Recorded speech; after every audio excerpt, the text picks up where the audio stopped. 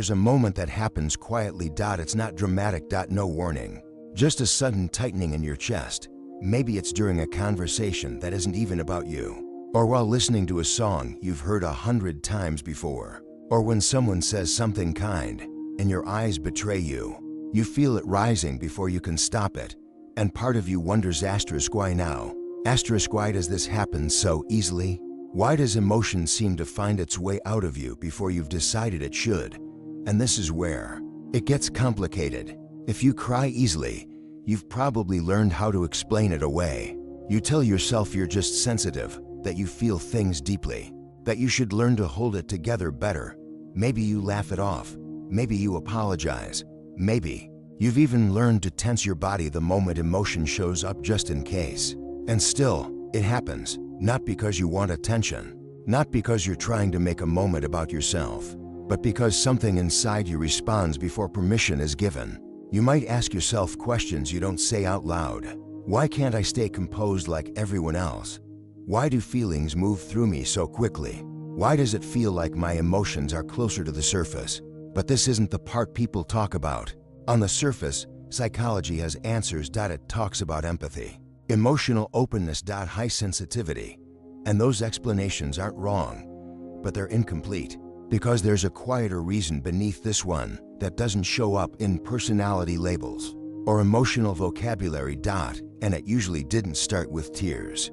Think back not to a single memory, but to a pattern. Moments when emotions weren't fully welcomed. When you learned, subtly, that feeling too much could shift the room. That tears made people uncomfortable. That your reactions were noticed more than what caused them. Maybe you learned early how to read the emotional temperature around you. To sense when something was off. To feel things before others did. Not because you were fragile, but because your system became attuned. And when a nervous system learns to stay alert, emotion doesn't wait its turn. It moves quickly. Directly. Without asking whether it's convenient. So you adapted. You learned to feel fully but quietly. To carry things without naming them. To hold emotion in your body instead of your words. And over time, that holding had to go somewhere. This is often the part people miss. Crying easily isn't always about overwhelm. Sometimes it's about release. Release from holding composure too long, from being the one who understands, from staying regulated for everyone else. Tears aren't always the start of a breakdown. Sometimes they're the end of endurance. And this is where the internal conflict appears. Because you don't feel weak. You function. You show up. You care deeply. And yet you cry. At moments others seem unaffected. At words others brush past. At kindness that lands heavier than expected. You want closeness, but you also want control. You want to be open, but not exposed. You want to feel without feeling like you're too much. And this is usually where self-blame enters. You tell yourself you should be tougher, more contained, less reactive.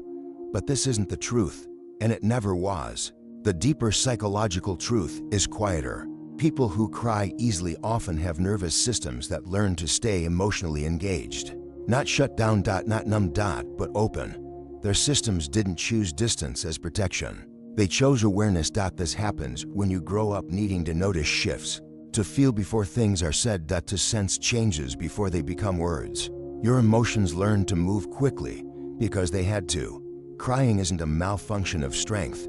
It's a signal of responsiveness, of a system that didn't harden. And here's the part almost no one says out loud. Crying easily often means you didn't abandon your emotional access. You didn't close the door when things hurt. You didn't build walls thick enough to block feeling. You stayed open even when it would have been easier not to. That openness comes with cost. You feel joy more sharply. Loss more deeply. Kindness more intensely.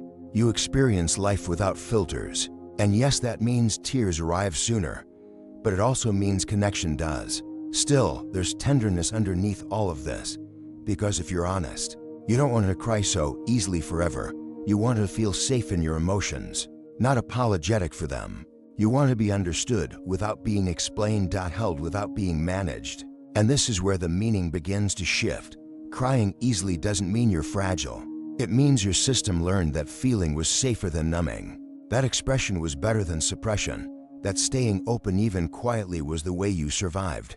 And if you've ever felt embarrassed by your tears or tried to make yourself smaller because of them, know this: you didn't cry because you were weak. You cried because you were present, because you were connected, because you were alive to the moment. There's no instruction here. No suggestion to toughen up. No need to change how you feel. Just an understanding that your tears are not evidence of something missing, they're evidence of something intact. Something tender that stayed open. And maybe one day you'll cry less, or maybe you won't. Either way, your worth doesn't shift, because sensitivity isn't the opposite of strength. It's what strength looks like when it hasn't been abandoned. If this felt familiar, you're not alone here.